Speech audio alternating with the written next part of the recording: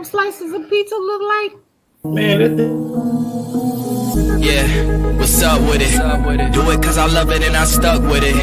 We ain't with the subbing in the cut with it. Please, none of the talks, I heard enough of it. Like, what you gonna do? Where you at? Who you with? You ain't really about this, don't talk about it. Really on the move, on the map, never slip. Keep your hands to your lips, don't talk about it. Real eyes, real lies all the time. Stand on it, if we said it, we don't walk around it. Loose lips, sink ships, red cup, blue strips, new phone, who this? No, we don't allow it.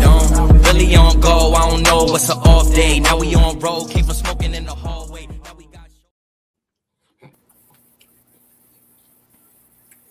we got You know what? Hey, everybody, on this awesome Friday with somebody acting like he one of the lost 3 blind mice. nah, he look like he from Parliament and Funkadelics. Already. What's up? You know, he looked like when they used to have it in living color, and they used to have to do the ha. Y'all some haters. What was talking about? Here you go. Here you go. Haters. Hold on, let me get my smell good. All you He got on that is a MC dead Hammer, dog. MC Hammer 1000. around your show. Yeah. What's up, That's all good you people? Welcome in. It's Friday. We are back. Man. Yes. Welcome. Please like, share, and subscribe on the YouTube and hit the notification bell. Follow us or like the TK's Chronicles of a Black Sheep podcast on all other social medias. Definitely. So we are glad that y'all are here today on this awesome Friday that was supposed to be rainy, and I ain't seen no rain. I seen a double rainbow, but I haven't seen no rain. So that's a sign. That's a good sign. they need to. Yeah, IRS need to free my money. Oh, but yeah.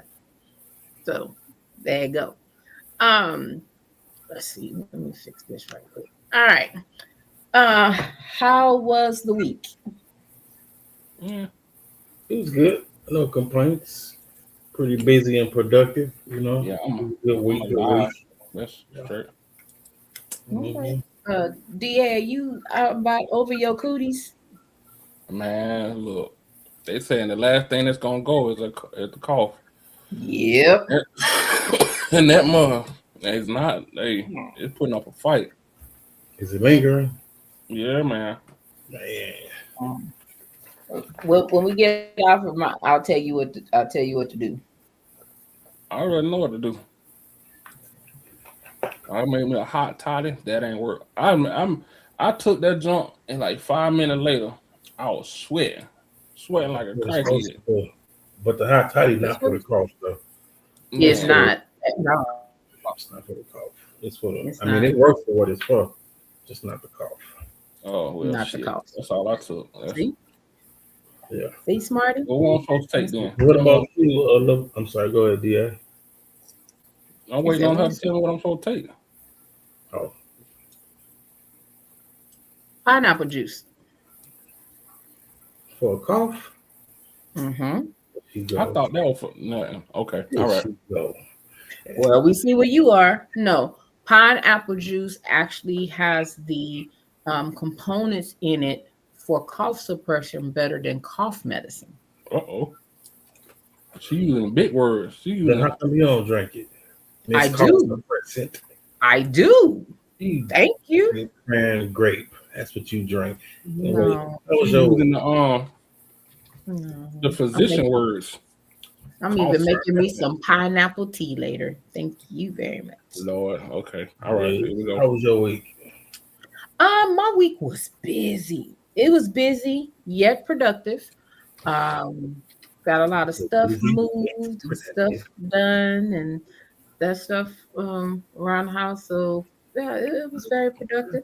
I think I paid for it that first day, baby. I was like, wait a minute. That was one of them you ain't no spring chicken reminders. I was like, what? Man, Had look. a heating pad. All of that because of that, you ain't even do nothing. You don't know what I did, sir. Mm. Thank you. I was working Look, hard. you remember what I told you? Did you think about what I told you while you was cleaning up and working? Yes. And you know what? I also was funny. I meant to text you before I got on. It was about 6:45 because I was downstairs like dusting and everything. I'm used to it. I'm used to being neglected. So, yeah. So whatever. So yes, and I was wiping down the table, the glass table, and I said, "Oh, what D said." So yes, I remembered. Yeah. So yeah. I got a lot of stuff done around the house too, a lot of cleaning and all that good stuff. So Spring cleaning. This that time. Spring cleaning. Got to get rid of some stuff. It ain't spring. It's the crazy part. Like this weather don't know what the hell it want to do here, man. It's not spring where you at? Bro, so check this out. Last Saturday and Sunday, it was 80. Monday, 80 degrees? 80 degrees. Monday. You talking about East or the one before that? Talking about the one before that. Okay. That following Monday, 42. Ooh. That following Tuesday, 32. Yeah. That following Wednesday, 76. That Thursday, 75. That Friday, 42. That Saturday, 28. So the weather won't let you find your groove. Bro, Nathan. That's too much going on. It's been pretty decent, man. It's been in between 65 and about 75 around up this way. Yeah. So, it might have got up to 80 once or twice. But it's pretty decent. Yeah. Oh, Same here. They've been saying it's supposed to be having all these thunderstorms for about 5 days last week. Now they're saying another 6 days this week, and we got like 2 sprinkles, and it's like where the storm at. So yeah, we just let me ask y'all this question. How do y'all feel about this topic tonight? This topic, when I saw the video, I was like, ooh, guilty. I think we talked about it, but not like we didn't break it down like the way she broke it down. We talked about it. We talked around it. We didn't break it down like because we was talking about it wasn't pinpointed. That's the word I'm trying to say. Okay, we can say that. Like it had parts of like grief when we were talking about grief and all that other stuff. Yeah. No, sure. I agree. So let me see if I can get it to play. Are you gonna play the video? We're gonna see if it gonna act right. Because every time they start doing updates around here, stuff don't be doing what it needs to be done. And I'll be like, really? So they're always upgrading on this. That's above my pay grade. I let you handle all the techie stuff. Oh.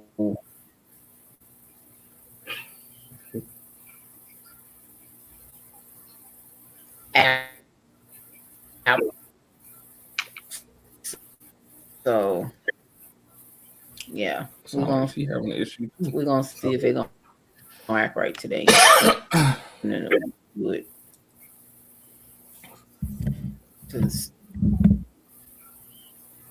Whatever you're doing, stop doing it because it got you sounding crazy. You said what, Smarty? It's nice little what's bringing it up. I have to pull it up in the budget.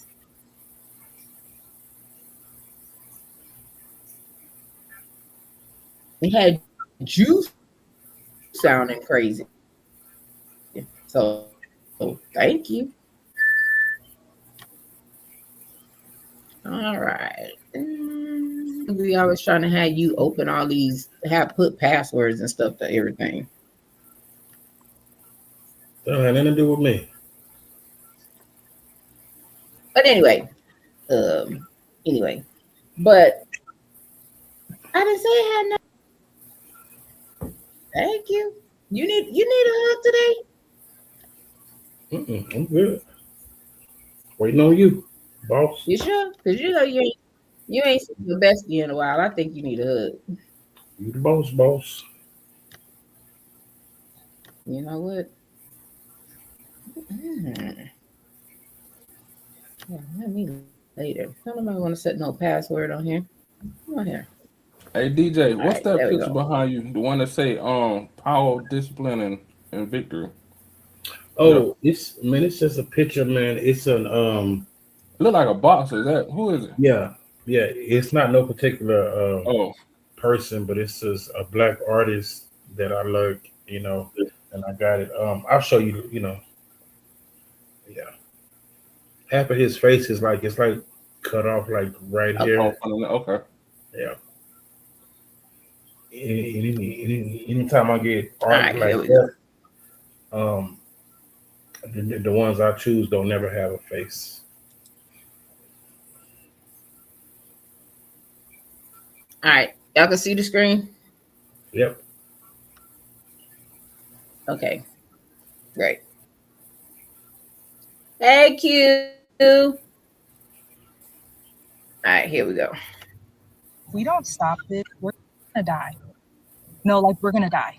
I just left work where I had to respond to an emergency event because a patient died in a place that patients normally don't die. And one of the people that I met with as the employee wellness person was a Black woman. And earlier that day, when the situation happened, the manager had already sent home about 3 employees. I meet with this person, this woman. She gets in the office and immediately starts crying. So I'm like, okay, I'm here for you. This is normal after a traumatic event, da da da da da. So we're going through all of this.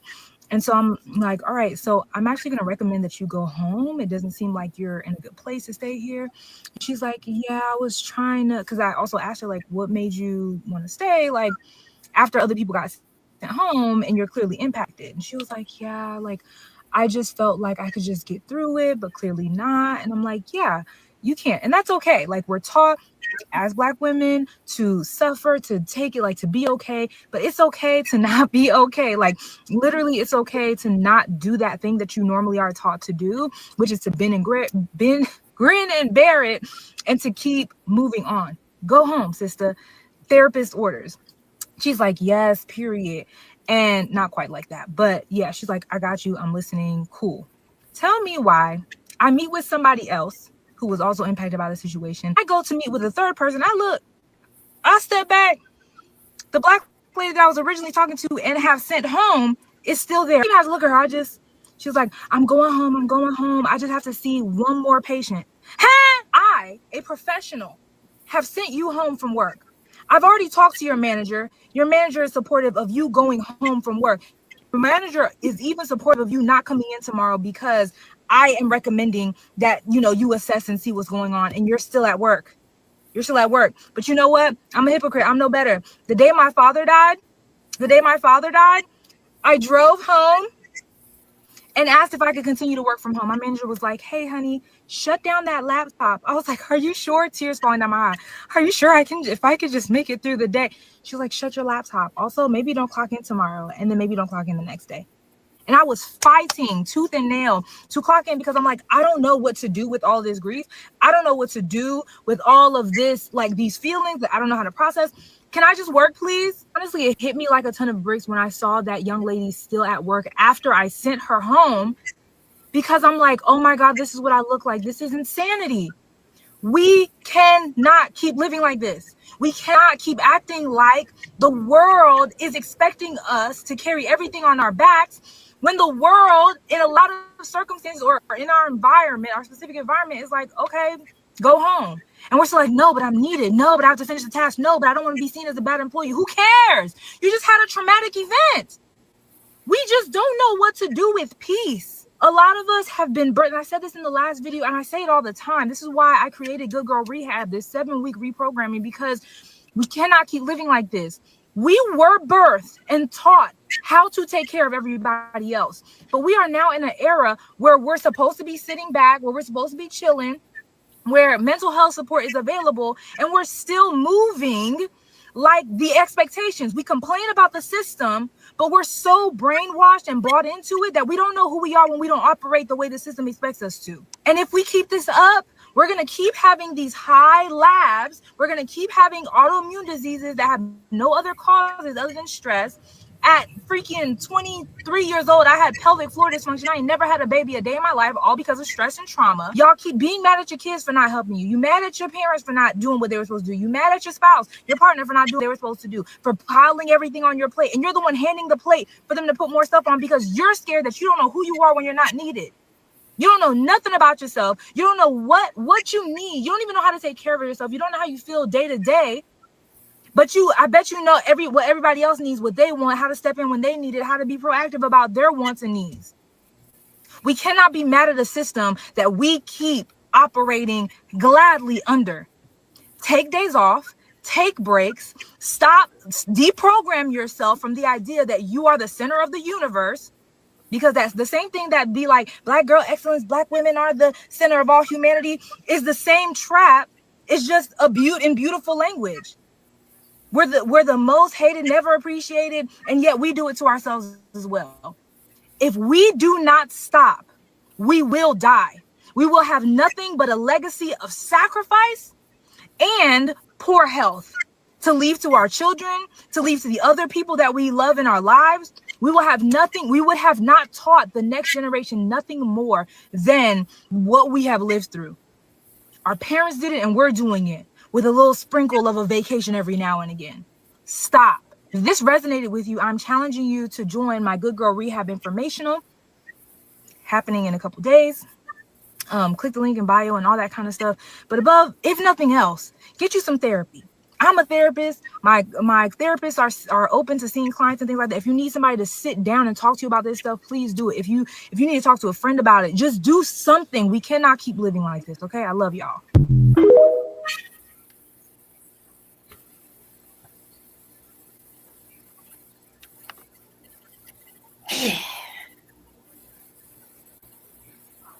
All right.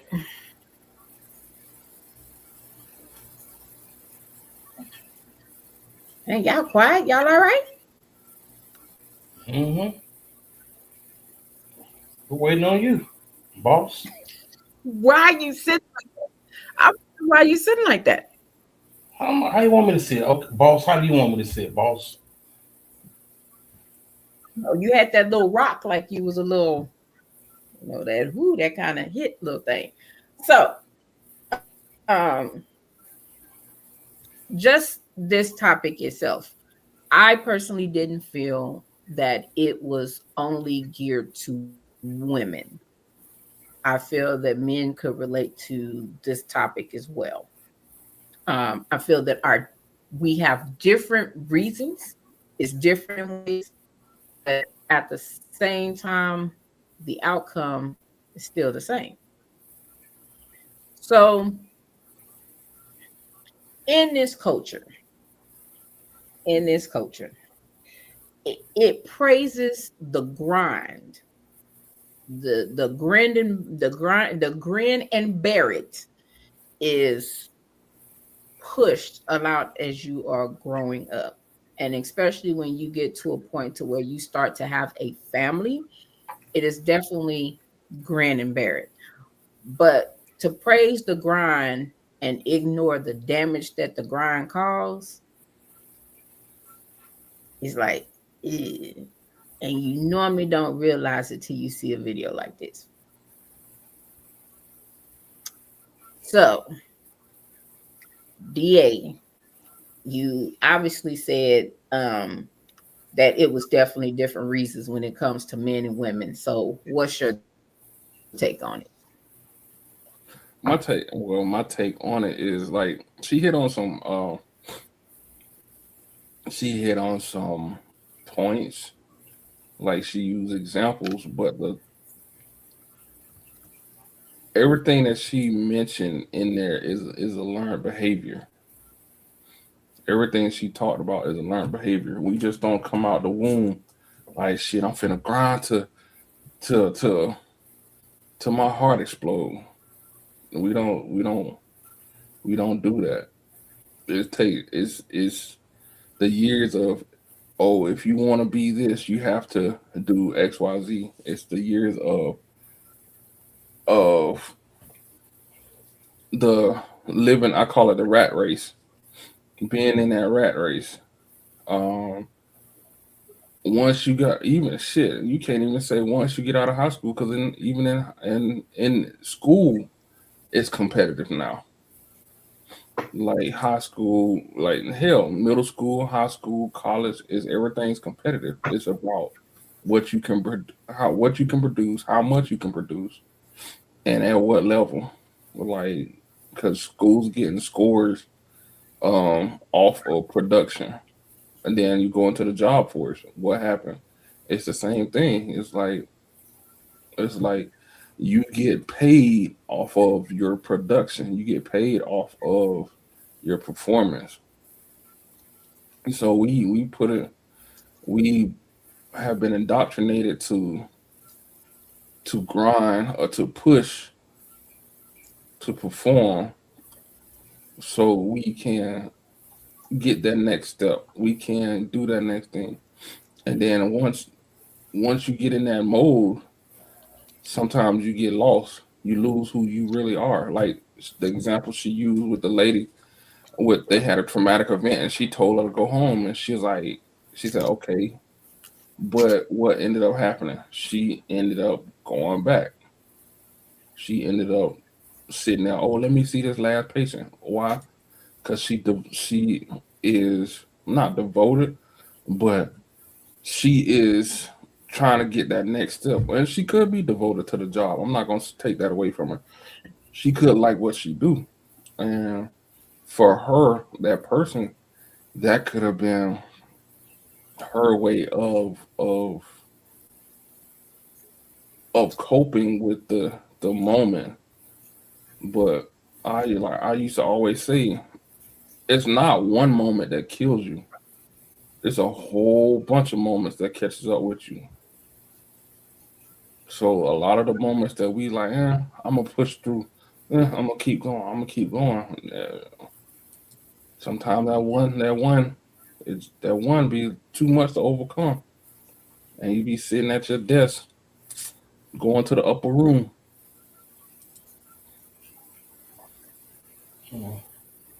I want to give a little pushback on that one. I think a lot of it is hereditary. I think a lot of it starts at birth. Just listen to the video. I mean, it's a clear case of survival mode, right? And and and I say survival mode, and I don't think it applies to men and women the same.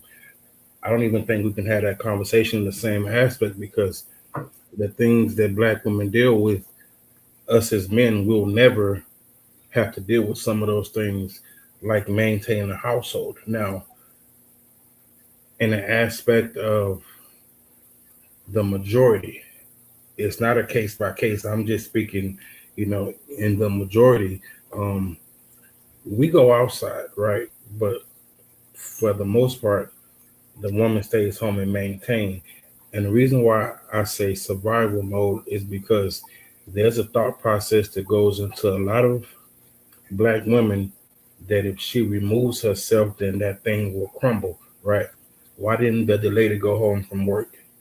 Because I'm sure she felt like that there was a job that only she could perform in her mentality, because if something goes wrong, now all eyes are on her.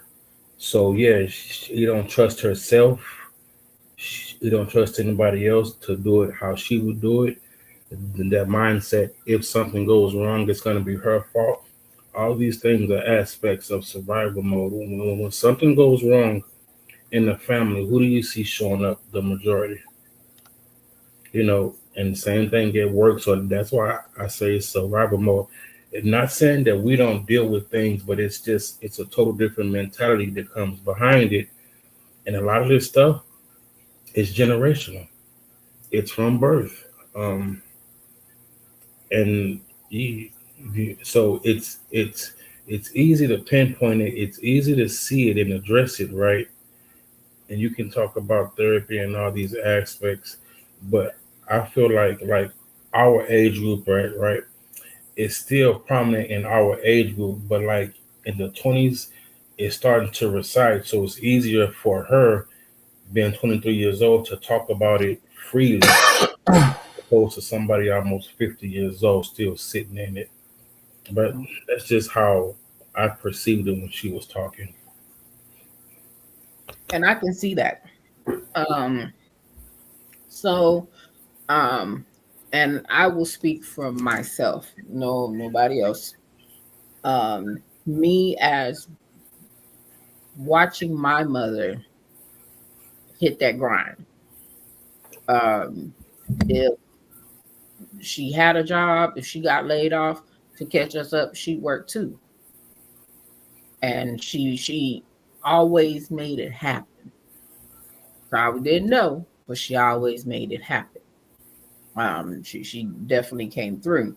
So seeing my mother in that light, that's where it comes down for me to I got to make it happen. If you ask my kids, they're going to tell you the same thing. Mom always comes through. She always figures it out. Um, in those spaces, though, I have worked at jobs where I was very much underpaid and very much of overworked for what I've had to do. But because I know I'm a mother, single mom, and had to take care of two children, I had to make it do what it do. Some income is better than no income.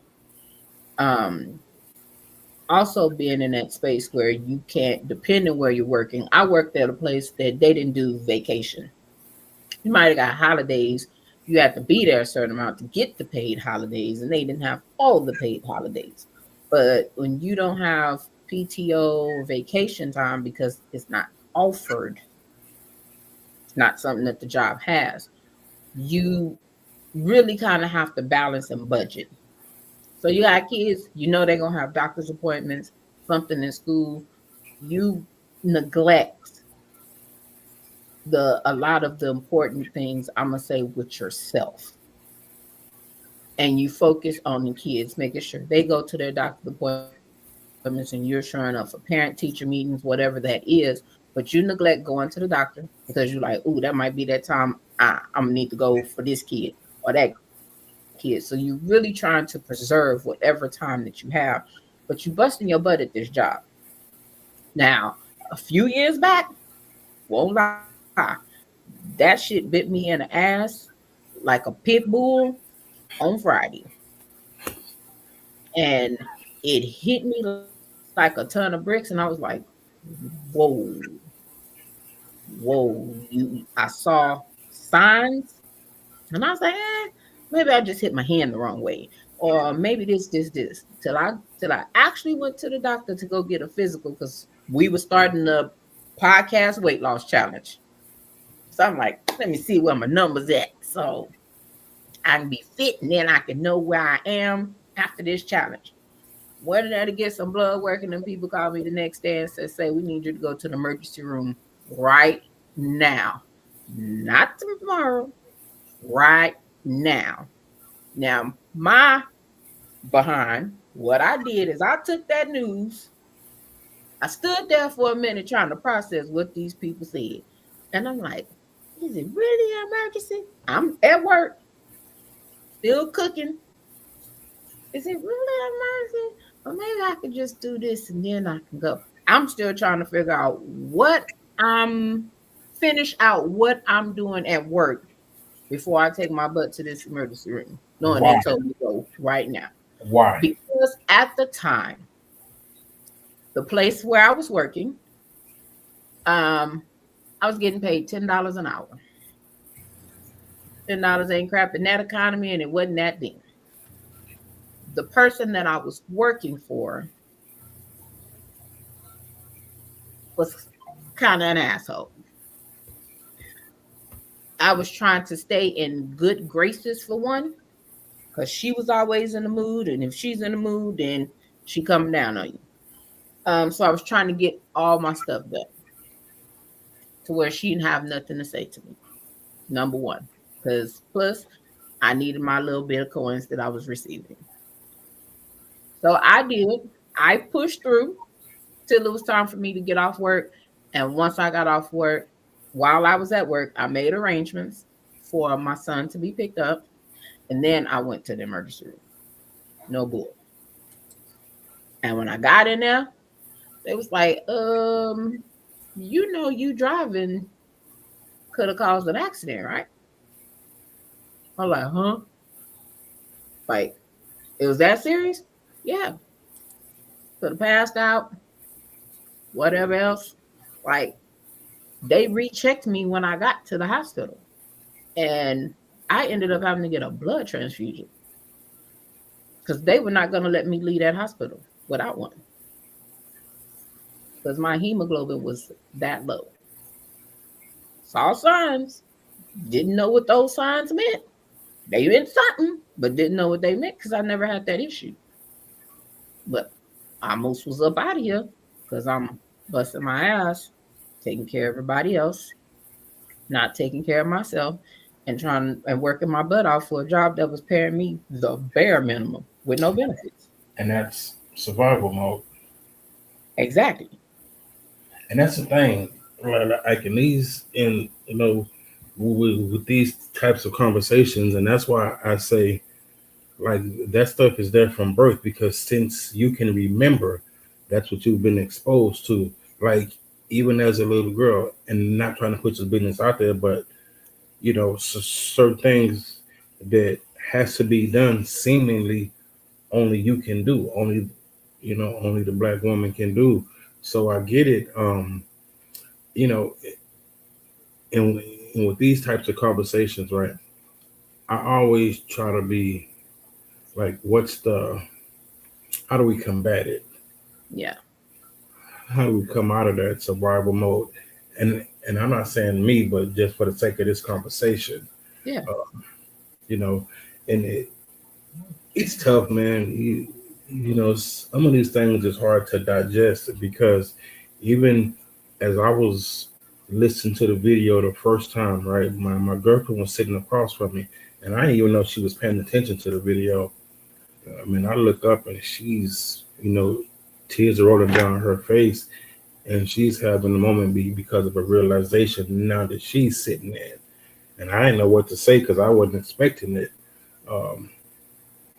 So we just sat there and had a moment, basically. It was tough. So, I don't even know. Yeah. What you think, DA? So,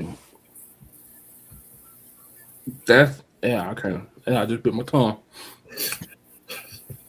So when it comes to stuff like that, it's realizing what's a saying I said years ago. Self-realization is a motherfucker when you realize it. Yeah. And the reason why I say that is because when you realize the way you've been moving, the way you've been operating, the way you've been learning, the way you've been living, the way you've been doing all this stuff isn't your authentic or true self, it fucks with you. Because now you're questioning decisions that you made 10, 20, 30, 40 years ago. Like, did you make that because it was a logical decision, or did you make it because you was in survival mode? Did I stay at this job because I needed the money, or did I stay at this job because I was scared to leave? Am I performing at the level that I'm capable of, or am I settling for the comfort of this stable job? And once you start asking yourself them questions, it can get scary because, like you said, thank you for you sharing. You have to come to the realization. Sometimes you got to come to the realization, like, this is not what I want. This is not how I want to live. But the flip side of that is you start asking questions. So how do I change? Yeah. And it's hard to change because that's your foundation. So now you have to find something else to stand on. And the positive thing about it is it's okay to have the moments. It's okay to get frustrated. But also realize it's the same way you got to where you at. It's gonna take the same effort, the same time to come up out of it. Like it's not gonna be no overnight. You gonna wake up tomorrow and be like, oh shit, I'm cured. I'm a different person. No, no, no, no. It's gonna take work because one, a lot of the things you're doing, the way you move is ingrained. It's a habit.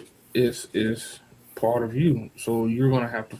It's just like working out. You're gonna have to continue to to force the effort. Yeah, and I agree with that, And you man. understand that you're gonna fall, you're gonna stumble, you're gonna make mistakes. And I'm glad you said that. The lady in the video mentioned some things, and she mentioned therapy and all that stuff. And those are good tools. Therapy is just good in general. Uh, I just don't think that's it, though, man. I think, and this could just be me, right? And the way I process things. But I think the change is already taking place. But I also feel like some stuff, like it's just not for our generation to operate in. Like I think our child, our kids is gonna embed that into our grandkids, and that's where the change is gonna take place. Once they get grown and start, um, be because things are already shifting. We already see kids, teenagers and like in their early 20s have a different mindset as far as work and stuff like that. So we already see it shifting a little bit.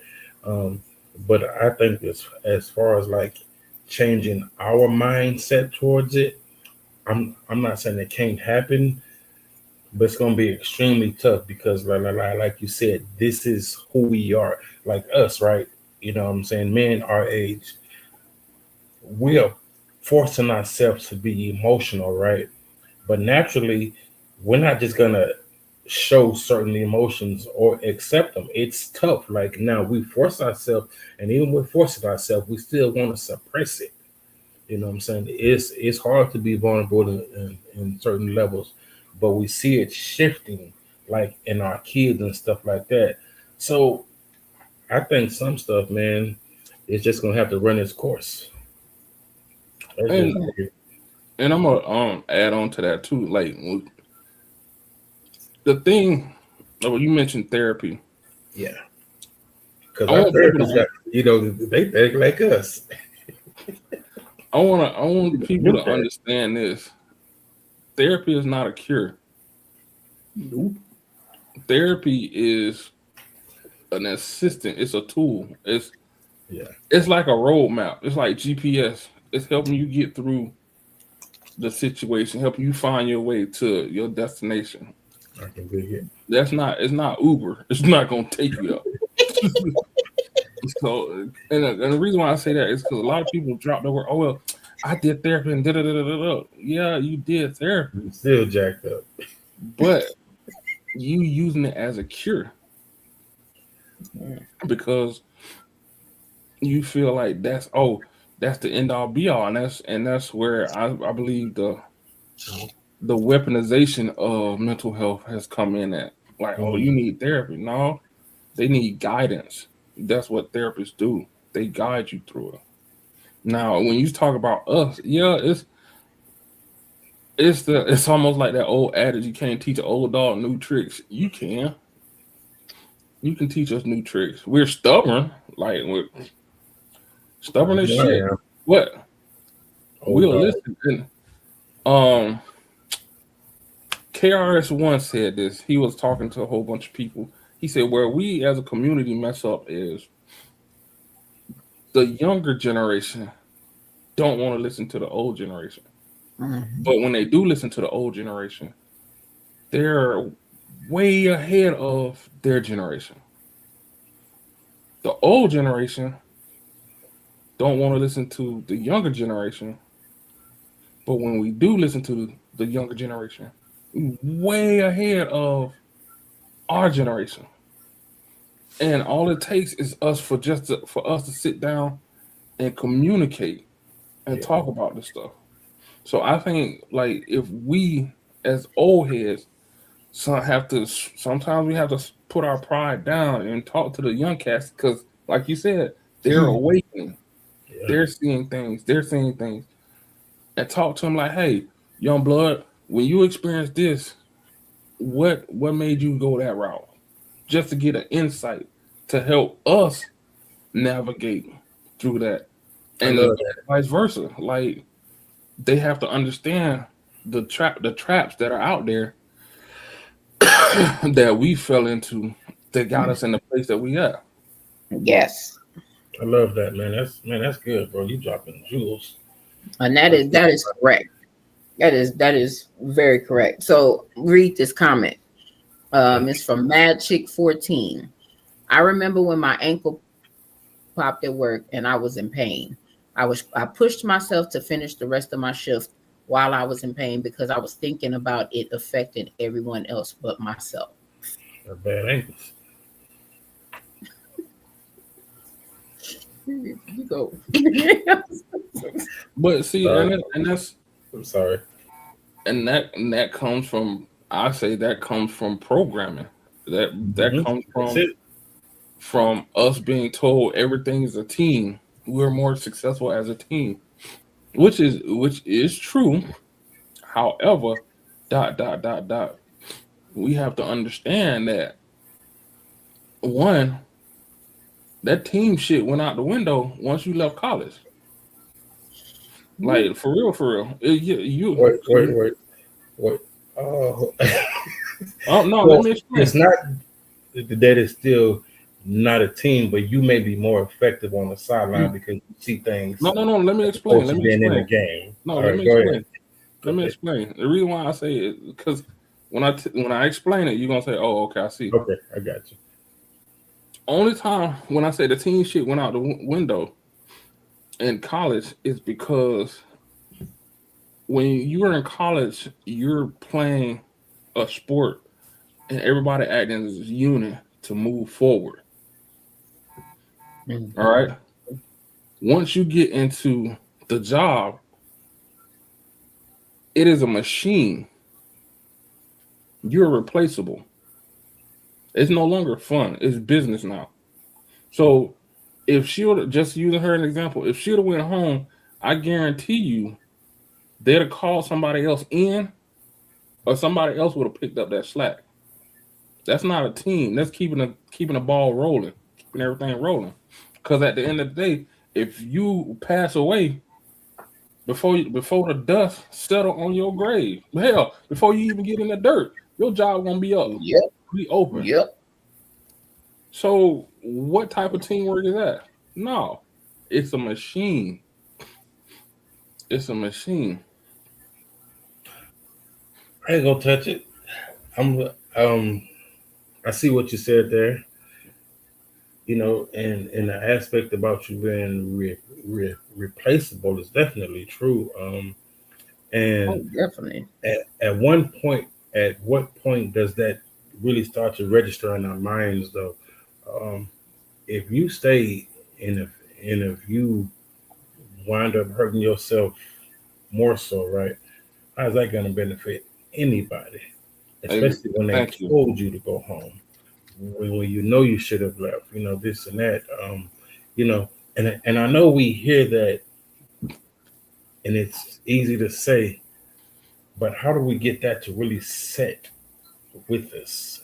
Is the question, because we can hear it through and through, but how do we accept it and know it? One person told me something, and it kind of made me think. Made me actually sit down and be like, okay, maybe they onto something. They say, like, I'm gonna use that example. You hurt your ankle, and if you'd went home at the time you hurt your ankle, you might have been out maybe, let's say, 2 days. Mm-hmm. But now that you work the whole shift, you made it worse. So now that 2 days went to 3 weeks. Yeah. And that's the mindset you gotta have, because just because you are sacrificing now, what's gonna be on the back end of that? Mm-hmm. Okay, I'm like, example, I'm sick. If I don't went into work while I was sick, kept working, and not go to the hospital, how much longer would I have been out if my body said, okay, this is enough, and shut down? Yep. And here's another thing, right? If they send you home, most jobs will pay you for those 2 days or 3 days or whatever. But if you stay and because you didn't listen, you think they're gonna pay you for them 3 weeks? Workman's comp denied. Sick leave And then denied. Yep. And the crazy part of that, D, to what you said, one of those things is going to take work because it's not going to happen overnight. It's like reprogramming yourself. And in that space, a lot of times we have to have something tragic happen to us to like that shake you and wake you. Hey, bitch, pay attention. You almost died. To get that little thought like, oh, yeah, I need to change some stuff. I got a story about that. Honestly, I can definitely say since I had that moment, when I tell you I get blood work every 3 months done to make sure my hemoglobin and everything is great. Ever since then, I don't miss an appointment to get my go to the doctor. Somebody just gonna have to figure it out. Because I'm gonna tell you, hey, I got an appointment for this, I got an appointment for that. But I don't miss my appointments. We not doing that. So sometimes we need somebody to shake us, or reality, life, to shake us and say, hey, this is your warning for you to get it together and take care of you. You can't keep operating, neglecting yourself and taking care of others. You can't pour from an empty cup. When that cup ain't got no drops in it, what you gonna do?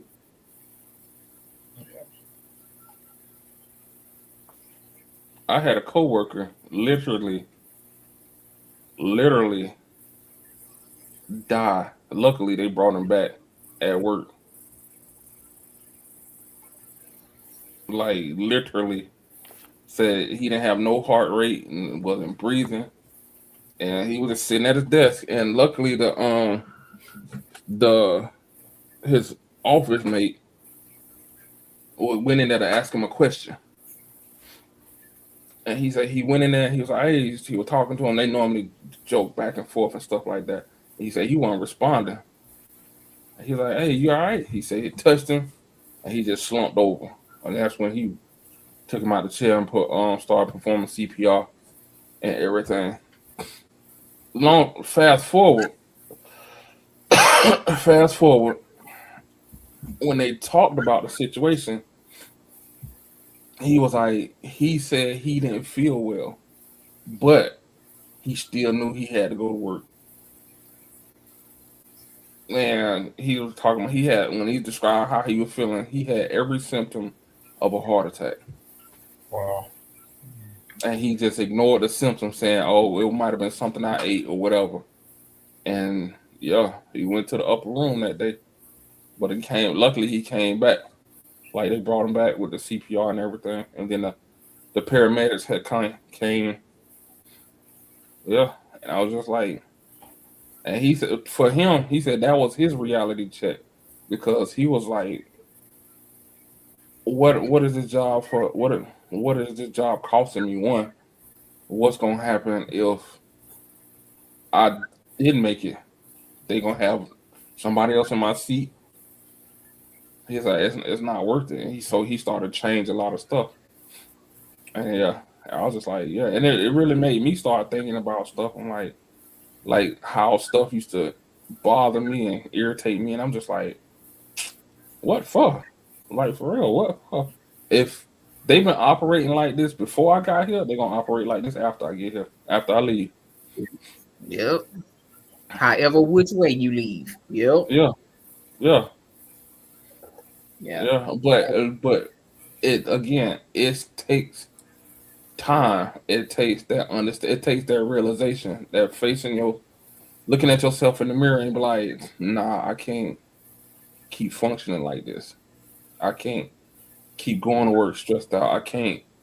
Every time I get in this job, I get a headache. Every time I do XYZ, I get a headache.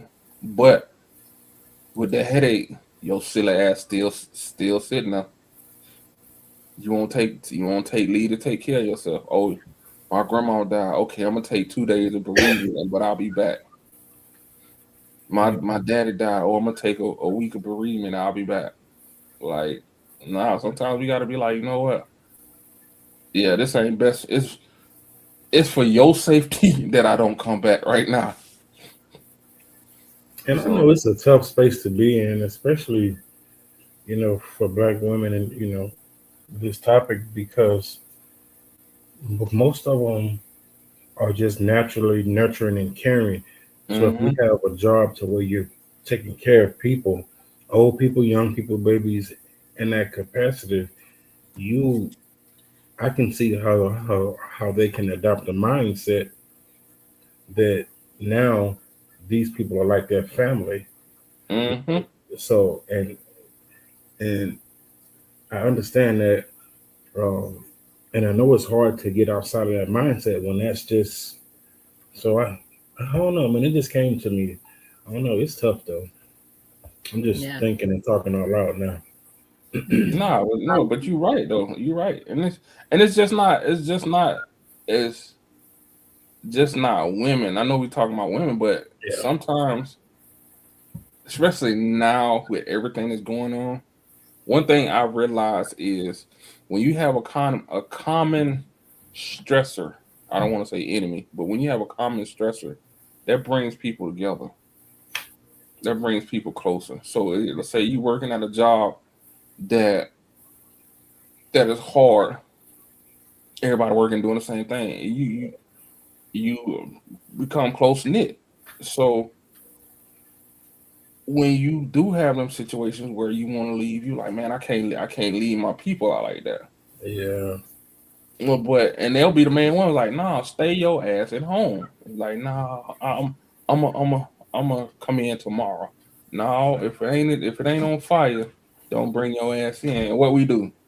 Take our simple ass in because it's a family. And then to add another aspect to it, I know I'm rambling right now. Add another aspect to it. How much time do people spend at work? Usually more time than they spend with their loved ones. Exactly. So by you being at work, that's majority of your day. That's majority of if you add all the hours up, that's majority of your week. So when you're not there, you feel like something's off. Why?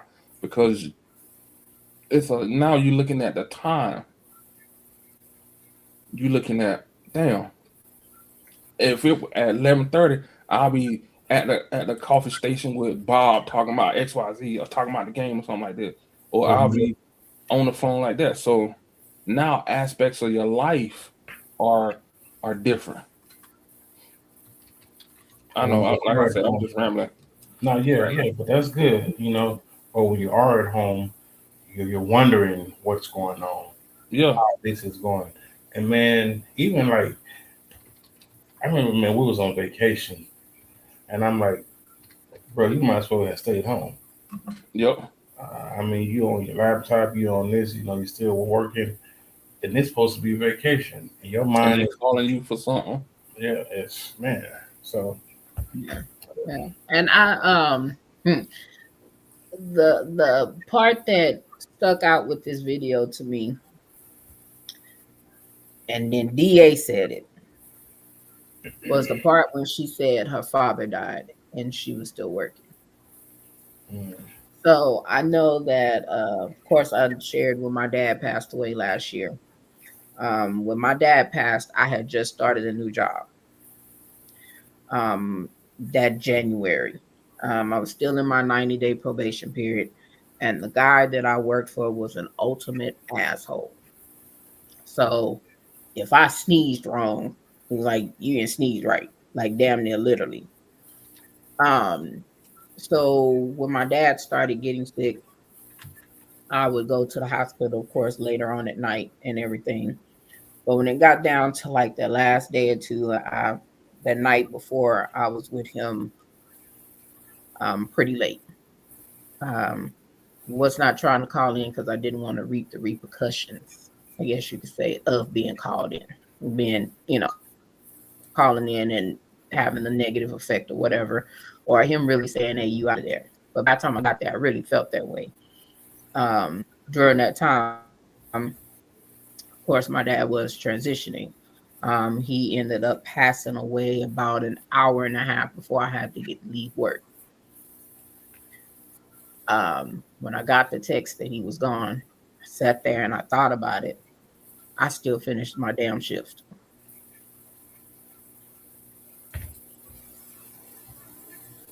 And that's one of the reasons why that video really hit me, because I was like, yeah, you should have said, frick this job. And I still, of course, had to pick up a kid and try and break my behind to get to my other child before the news actually hit of the situation.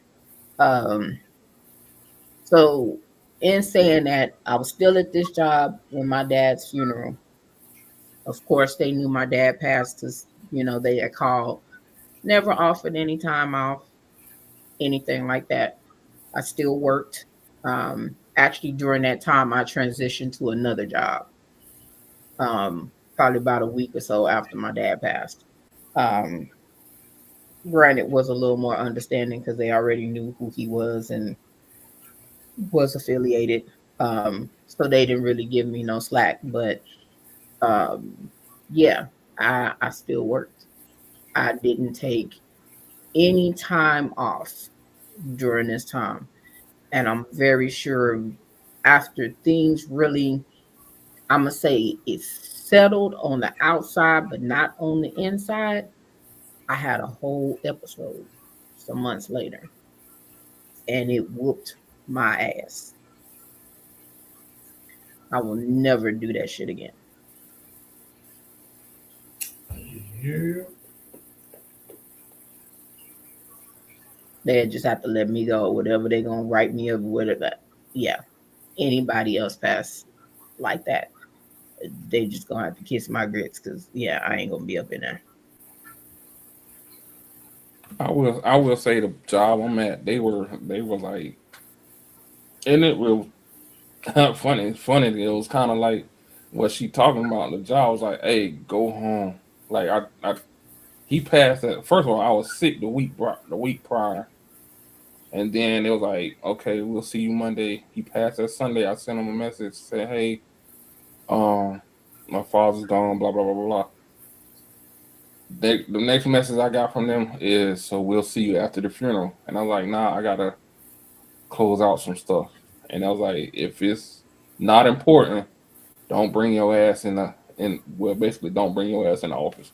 Guess what my simple ass did? Went in the office. But I can say that it allowed me to think everything through. But also just having the support to be like, hey, nah, do what you gotta do, take your time, do whatever. Like it, and they were serious about it because after the funeral, they told me to take bereavement leave, and I said, okay. And somebody called me, say, hey, we need you to do XYZ. That person who called me got wrote up for calling me. And I was like, and I didn't find that out till later. I was like, oh. I was like, I shouldn't have said that. I feel bad because I was like, I shouldn't have said that. But I was like, they called me and asked me to do something, so I did it. So, and it was like, oh, they never should have called you. And I was like, oh, but that's what I was used to. Used to. So, and you know what that puts me in the mindset of? Okay. In a lot of instances, we got to give people a chance to show up. You know, a lot of times we don't even give people the opportunity to show up how they showed up for you in that time period. You know, so yeah, man, I'm glad you pointed that out because, you know, we got to give people the opportunity to see if they will show up. So then you'll know. Yeah, but you have a lot of jobs that could give two flying freaks to about some that will give us somebody or whatever like that, and they'll be quick to give you an ultimatum where either you come to work or you fired, and you never know what your situation is during that time. You're like, damn, I'm gonna have to be looking for a job and going through grief at the same time. Because that grief is a mother. Man, that mother is a mother. Woo, Lord. But yeah, it's like keeping in and you really shouldn't be able. Granted, most businesses give you 3 bereavement days. What in the frick frack is 3 damn bereavement days when you've lost a parent or a child or something? That's a blink and you wake up and it's time for you to go right back to work. And we all know in those spaces how busy and how occupied you are, having to make arrangements, figure stuff out. It's strenuous. I've only had one company that I could say that let me off for a decent time when one of my grandparents passed. And I took that time off to actually be there to support my mother more than anything. And I think I was off about 2 weeks. We had time to get everything done, have the funeral, and I still had some days after, and I got paid for it. So it ain't a lot of companies like that. They for self, they want you working in the fields. Master wants you out there doing what you're supposed to do to have that money coming in. But also too, you gotta look at it. You gotta let's really break it down to what it really is. These companies are ran by who? People. They're ran by people. So 9 times out of 10, a lot of the policies and shit is driven by that person's or that committee's mindset.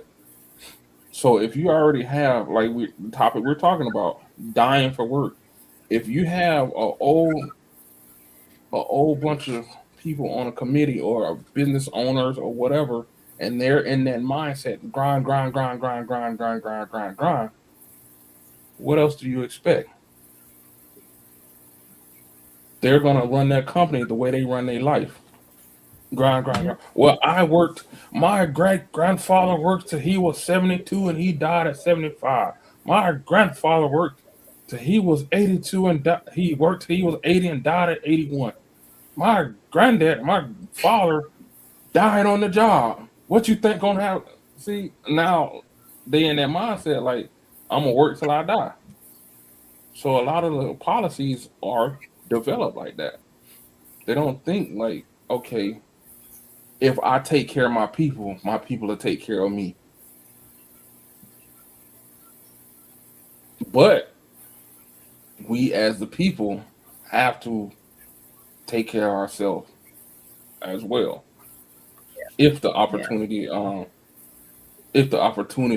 presents itself. Yeah. Like, and it goes back to the example she used. She got told to go home. She told the lady to go home. And she didn't go home. Then she got slapped in the face because she had to realize, shit, I do the same thing. We all do the same thing. So it's gonna take some time to start putting ourselves first. And it's funny because we hear it all the time on all these different social media sites. I'm putting myself first. No, you ain't. You being a hoe right now because that's. But when it comes to that damn job, you ain't putting yourself first.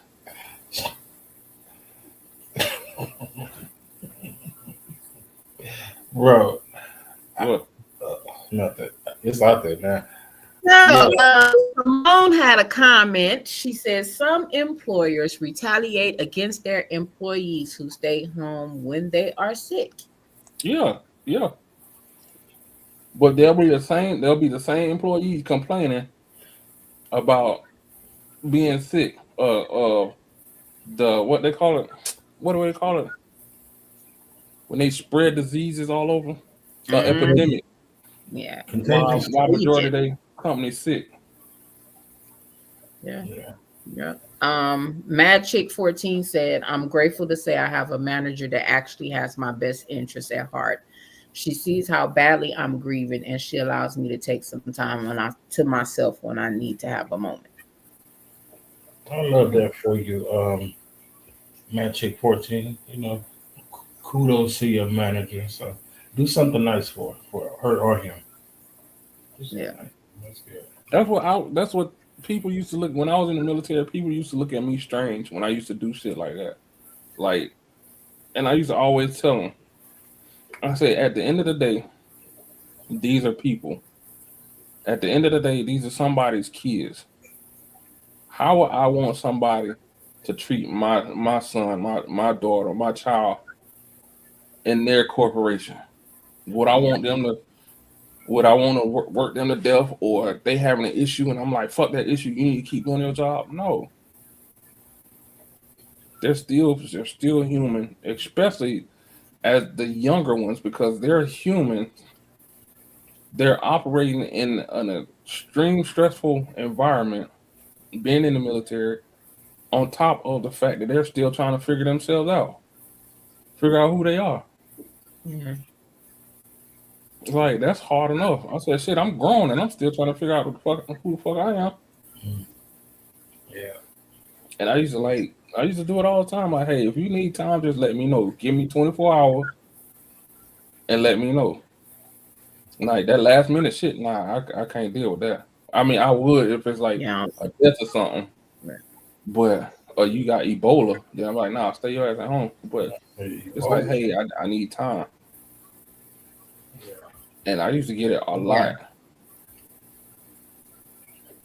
And folks be like, why you, and you can't send your soldiers home like that?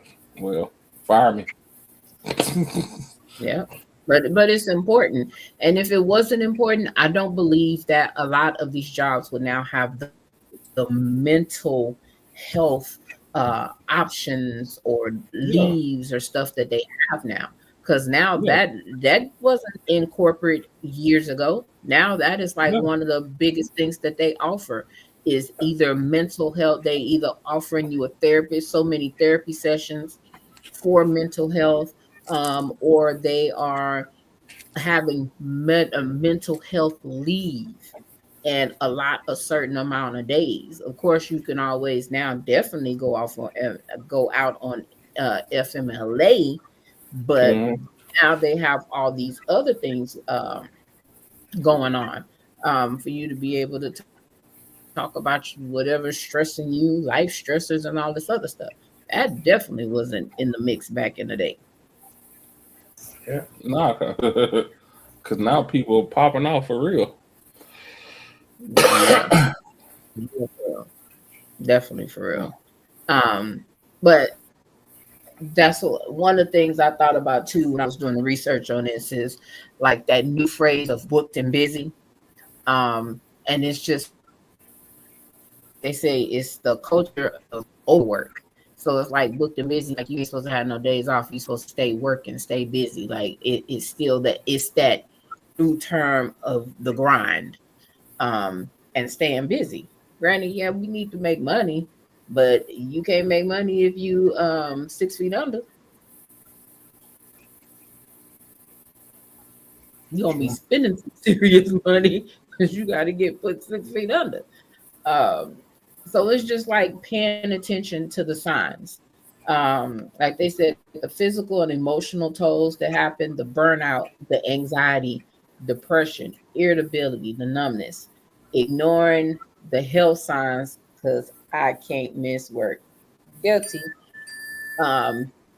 Losing sleep, stress eating, chronic fatigue, emotional detachment, losing joy, creativity, and connection. Like, pay attention to how many things that you can actually like, oh, that's me. Like they say, what they do on Facebook, put the 10 fingers up.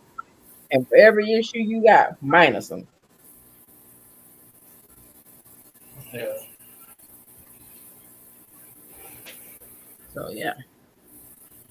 So no, I think this was good and needed. I think it's um shoot, a testimony and a reality check, and um hopefully somebody watches this episode and it makes them check themselves, um and even get jump started on how they could try and turn things around from what it already is.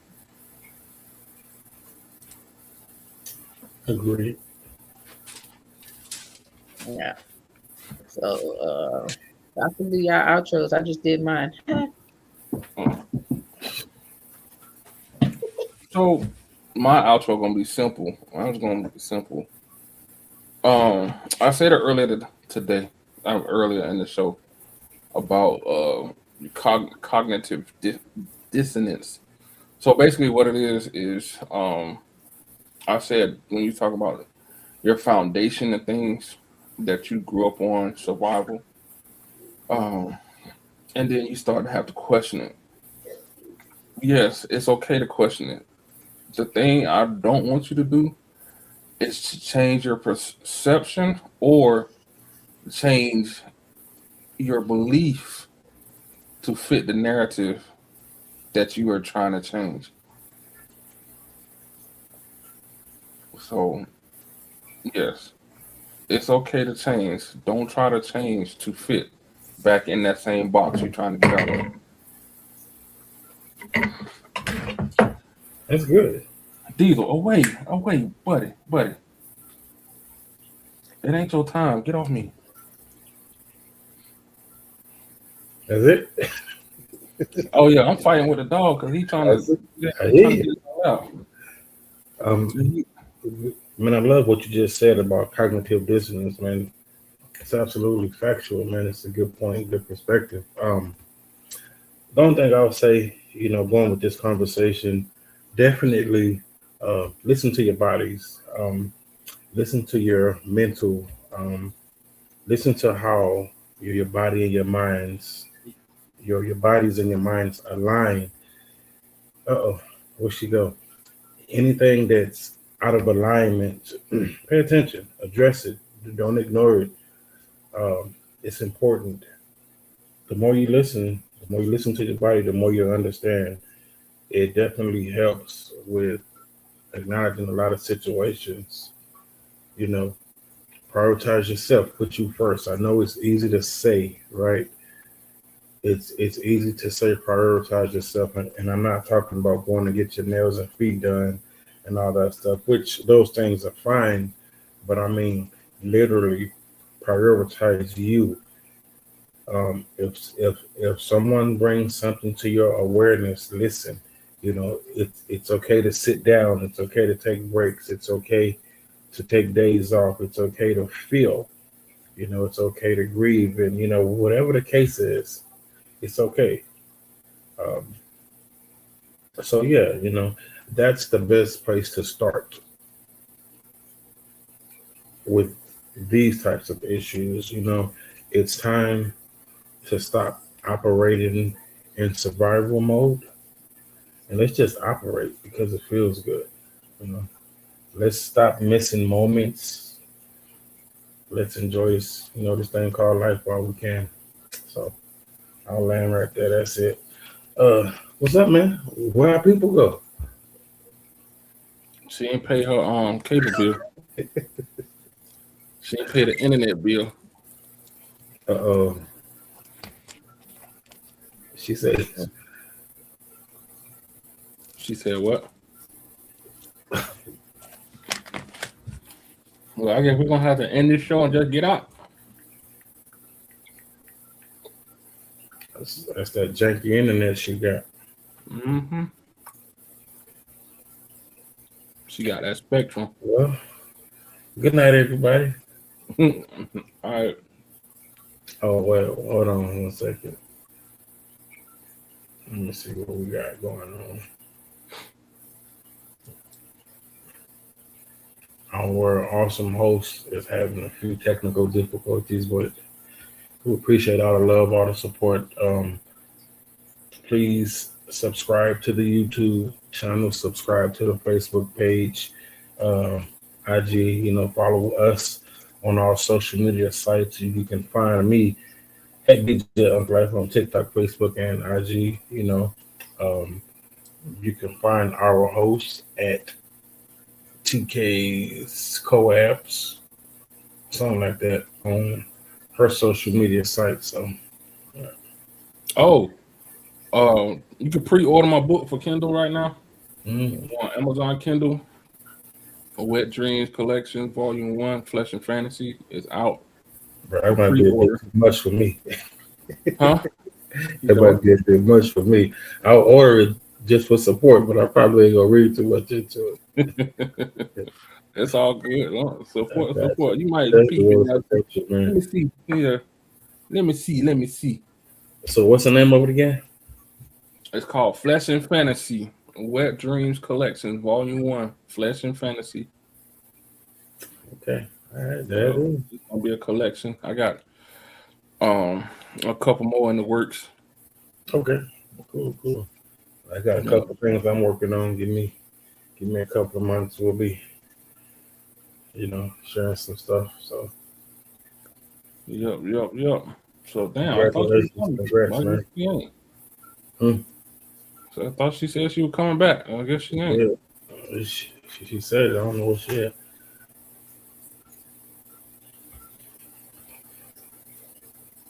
That's what she said. We just here. Should we leave or should we Stop recording. Do you know how to stop it? Yeah, no. I'll just leave. All right, I'm gonna just leave. All right now. All right, man. We're out. Y'all have a good night.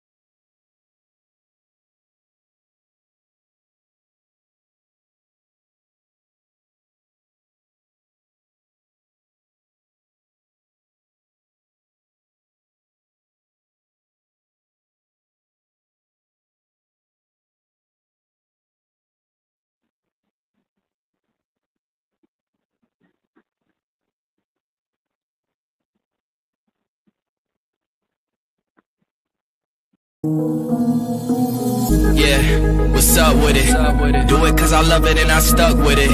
We ain't with the subbing in the cut with it. Please none of the talks, I heard enough of it. Like, what you gonna do? Where you at? Who you with? You ain't really